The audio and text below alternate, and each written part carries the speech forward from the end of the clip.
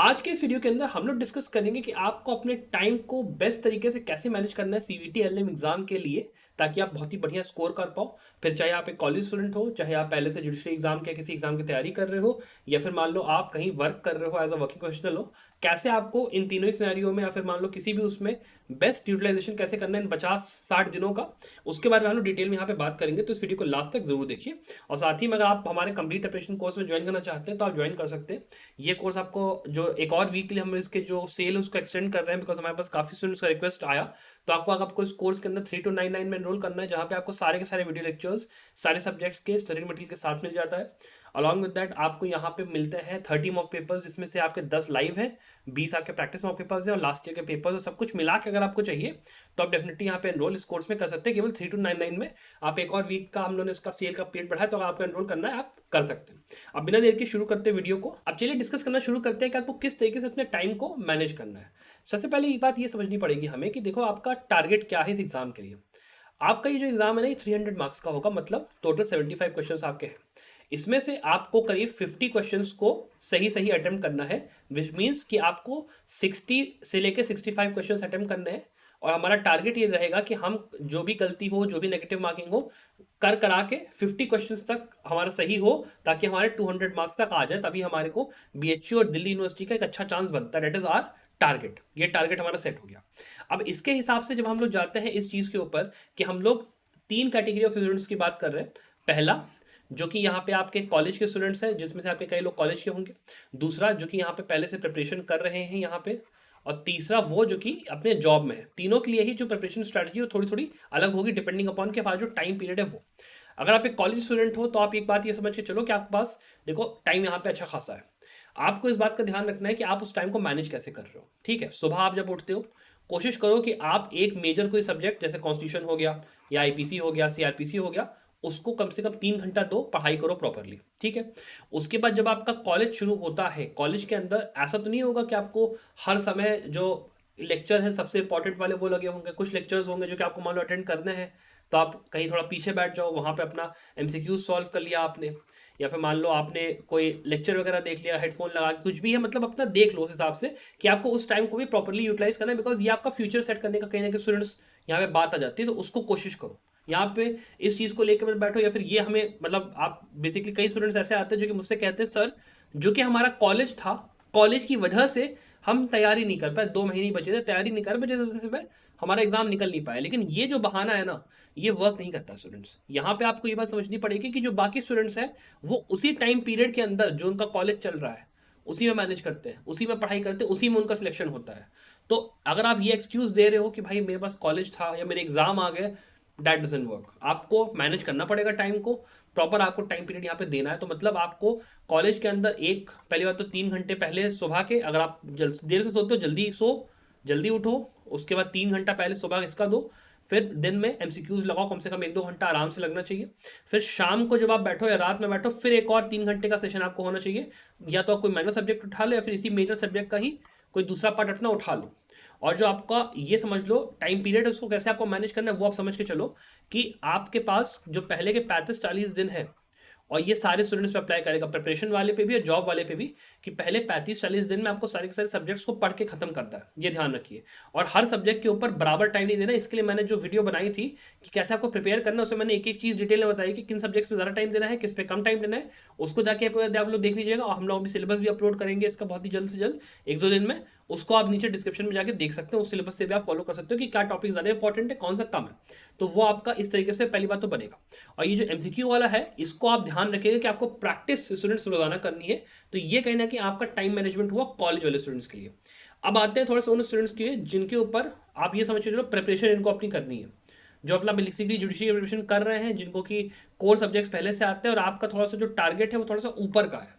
ठीक है, कि जैसे मान लो कॉलेज स्टूडेंट्स हैं, हो सकता है आप कॉलेज स्टूडेंट्स ऐसे हो जिसको कि पहली बार जो की तैयारी आप कर रहे हो, आपने मान लो उतने डिटेल में कोई सब्जेक्ट्स को नहीं पढ़ा, कोविड में आपने पढ़ाई करी होगी, तो आपके लिए जो टाइम पीरियड आपको देना है वो बहुत ज्यादा है कंपेयर टू जो जुडिशरी वाले स्टूडेंट्स हैं उनके कंपैरिजन में। बिकॉज उनको पहले से यहाँ पे सब्जेक्ट्स का आइडिया है, उनको थोड़ा बहुत वो लोग पढ़ाई करेंगे, वो लोग वहां पे आपको स्पीड आ जाएंगे, लेकिन आप लोगों को टाइम बहुत लगेगा। तो यहाँ पे सबसे ज्यादा जो एक कह सकता हूँ डिफिकल्टी आने वाली कॉलेज स्टूडेंट्स को आने वाली है। तो सबसे ज़्यादा जो मेहनत है वो कॉलेज स्टूडेंट्स के लिए होगी। जहाँ तक बात है उन स्टूडेंट्स की जो कि यहाँ पे जुडिशरी की प्रिपरेशन कर रहे थे या किसी और कॉम्पिटेटिव एग्जाम की प्रिपरेशन कर रहे थे, आपको पहले से हैबिट है, कोर सब्जेक्ट्स आपको आते हैं। अब आपको क्या करना है, आपको उन कोर सब्जेक्ट्स को प्रॉपरली रिवाइज करना है। ठीक है, ये बहुत ही इंपॉर्टेंट है। आप लोग पहले तो कोर सब्जेक्ट्स को अच्छे से रिवाइज करिए, और रिवाइज करने के साथ में जो आपके अब वैसे सब्जेक्ट्स हैं जो कि नए हैं, जो कि आप जुडिशरी में तैयार नहीं करते, जैसे कि कंपनी हो गया, इंश्योरेंस हो गया, या फिर आप मान लो टीपीए हो गया, सॉरी आपका टैक्स हो गया, या मान लो आपका इसके बाद मान सकते हो कि इन्वायरमेंटल लॉ हो गया, जनरली मान लो कभी कभी नहीं आता उसमें। इस तरीके के जो आपके सब्जेक्ट्स हैं इनको आपको अच्छे से करना है।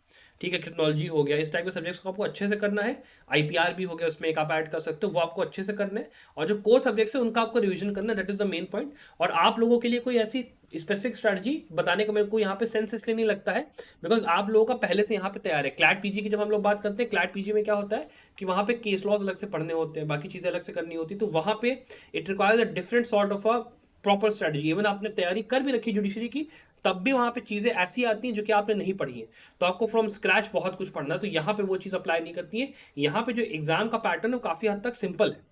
आपने जो पढ़ा है वही सिंपल सिंपल क्वेश्चंस के अंदर 75 क्वेश्चंस यहाँ पे आएंगे।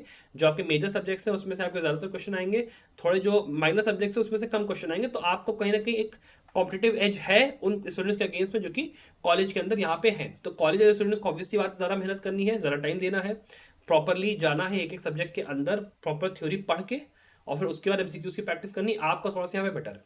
अब लास्ट में आते हैं उन लोगों के लिए जो कि यहाँ पे जॉब में है।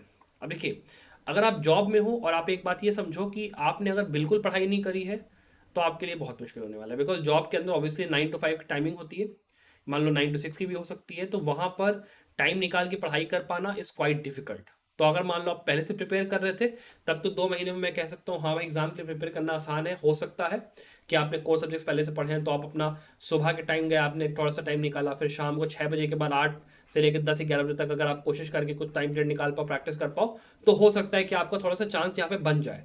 लेकिन अगर आप फ्रॉम स्क्रैच कर रहे हो, ठीक है, आप जॉब कर रहे हो फ्रॉम स्क्रैच, आपको पढ़ाई करनी है, कई चीज़ आपको नहीं आती है, कोर सब्जेक्ट्स आपकी क्लैरिटी नहीं है, तो मैं ये कहूँगा कि यहाँ पे काफ़ी ज़्यादा डिफिकल्ट है आप लोगों के लिए इस एग्ज़ाम को यहाँ पे 60 डेज में क्रैक कर पाना। बिकॉज इसके लिए फिर आपको कम से कम 4 से 5 महीने प्रॉपर लगाने पड़ेंगे, प्रॉपर पढ़ाई करनी पड़ेगी, तभी जाके एग्ज़ाम आपसे सही से निकलेगा। और अगर आप मान लो एग्ज़ाम की तैयारी कर भी लेते हो, तो भी ऐसा होगा कि आपको जो डिजायर्ड कॉलेज है वो शायद आपको ना मिले। बिकॉज अगर आप मतलब जॉब के साथ अगर आप सोच रहे हो कि आपको अपना एलएलएम परस्यू करना है, तो मोस्ट प्रॉब्ली आप दिल्ली या फिर बीएचयू अपना टारगेट कर, डीयू बीएचयू टारगेट कर रहे हो। उसके अलावा आई डोंट थिंक सो कि आप बीबीआईयू या फिर उसके नीचे कॉलेज में जाना यहाँ पे पसंद करोगे।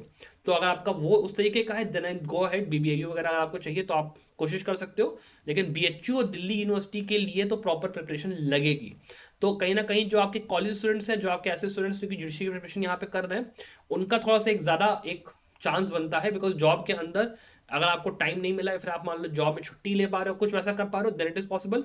वरना बिना टाइम दिए प्रॉपरली नहीं होने वाला है। कम से कम कॉलेज स्टूडेंट्स के लिए तो मैं साफ साफ कहूंगा कि कम से कम 6 से लेकर 8 घंटा रोजाना की पढ़ाई चाहिए ही चाहिए आपको। चाहे इसके लिए क्लासेस के अंदर बैठ के करना पड़े, चाहे क्लास बंक करनी पड़े, प्रॉपर पढ़ाई इज रिक्वायर्ड।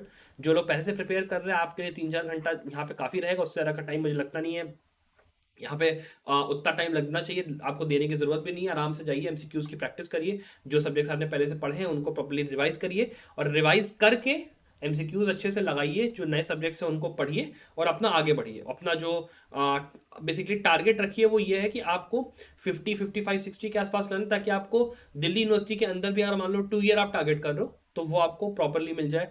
वरना फिर ऐसा होगा कि 2 ईयर ना मिले तो 3 ईयर मिलेगा, वैसे होगा। तो आपको उस हिसाब से देख के चलना है। और देखिए, कॉलेज स्टूडेंट्स के लिए मैं एक चीज़ ये बोलूंगा कि there is a very very big set of factor.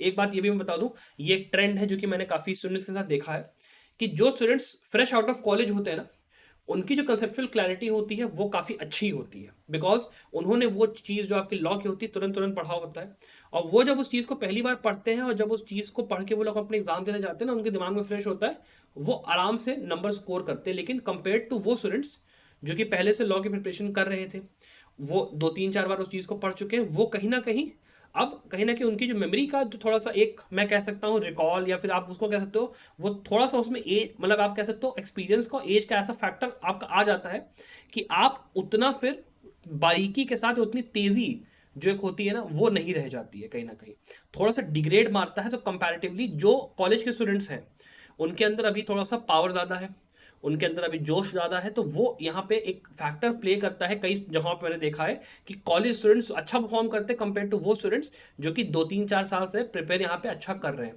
तो ये बेसिकली मैं फैक्ट इसलिए रख रहा हूँ ताकि ऐसा ना हो कि जो कॉलेज स्टूडेंट्स यहाँ प्रिपेयर कर रहे हैं वो अपना डर जाए कि सर अगर हम कॉलेज में हैं, हमने पहले से प्रिपेयर नहीं करा है तो हमसे हो ही नहीं पाएगा। ऐसा नहीं है, आपसे हो सकता है। बस आपको पूरे जोश के साथ और पूरे दम के साथ प्रिपरेशन करनी है, आराम से जाना है, एक एक सब्जेक्ट को प्रॉपरली पढ़ना है, पूरा टाइम देना है, एमसीक्यूज को अच्छे से प्रैक्टिस करनी है। अगर आप करोगे, कोई ऐसा माइका लाल नहीं बैठा है जो कि आपको रोक लेगा सिलेक्शन से। और सेम चीज़ प्रिपरेशन जो अगर आप पहले से जुडिशरी की कर रहे हो, मान लो किसी और एग्जाम की आप कर रहे हो, आप अगर जाओगे प्रॉपरली रिविजन करोगे, आप प्रॉपरली एमसीक्यूज लगाओगे, मान लो आपकी प्रैक्टिस 2 3 महीने से छूट रखी, मान लो आपने पिछला जो जुडिशरी का एग्जाम दिया था कुछ दिन पहले दिया था, लेकिन अब दोबारा आप मैदान में आ रहे हो, दोबारा आपको एग्जाम देना है, तो ऐसा बिल्कुल नहीं है कि आप कर नहीं सकते हो। आप क्यों नहीं कर सकते हो? अगर आप एक एग्जाम में गए, आपने वहां पे पहले मान लो प्री आपका क्रैक हुआ, मान लो प्री आपको 2 3 नंबर से रह गया, तो सीवीटी आपके लिए कौन सा मुश्किल है? आपको जाना है, आराम से प्रिपरेशन करनी है और उसको वो करना है। तो दोनों ही केसेस में यहाँ पे स्कोर करना, यहाँ पे एक अच्छा कॉलेज पाना पॉसिबल डेफिनेटली है। कई स्टूडेंट्स ने करा है, हुआ है पहले भी। बस आपकी कंसिस्टेंसी और डेडिकेशन वो बहुत ही इंपॉर्टेंट है।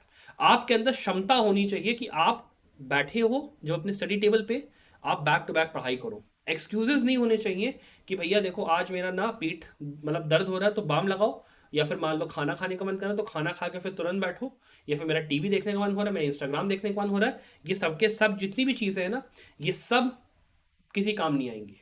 केवल केवल और केवल जब आप एक बार आराम से दिल्ली यूनिवर्सिटी में बीएचयू में बैठ गए, वहाँ पे आपको सुकून मिला, आप अपना आराम से 1 आध महीना 2 महीना मजे करो, फिर उसके बाद लगो। क्योंकि आप जब यहाँ पे जा रहे हो तो आपका, मुझे पता है, मेन पर्पज या तो आपको जुडिशरी में जाना है और या फिर आपको एकेडमिक्स में जाना है, और दोनों के लिए ही डेडिकेशन लगता है। तो आपका जो लड़ाई है, जो जंग है, अभी शुरू हुआ है।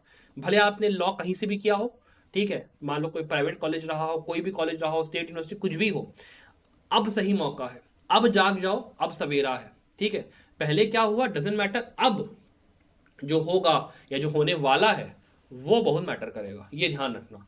तो इसी के साथ यहाँ पे मैं ये वीडियो जो है थोड़ा सा मैं रैपअप करता हूँ, मैं खत्म करता हूँ। अगर आपको कोई डाउट्स है, कोई कुछ क्वेश्चन है, तो आप उससे नीचे कमेंट से पूछ सकते हो, I will be there. And साथ ही में ये भी जरूर लिखना कि sir I am with you, मैं पूरी कोशिश करूंगा इस एग्जाम में बढ़िया परफॉर्म करने की, अच्छा वो करने की, ताकि मुझे को भी थोड़ा सा अच्छा लगे, फील हो, मैं भी आप लोगों के ऐसे वीडियोस लाता रहूँ। And I wish you the very very best of luck for future success. Bye.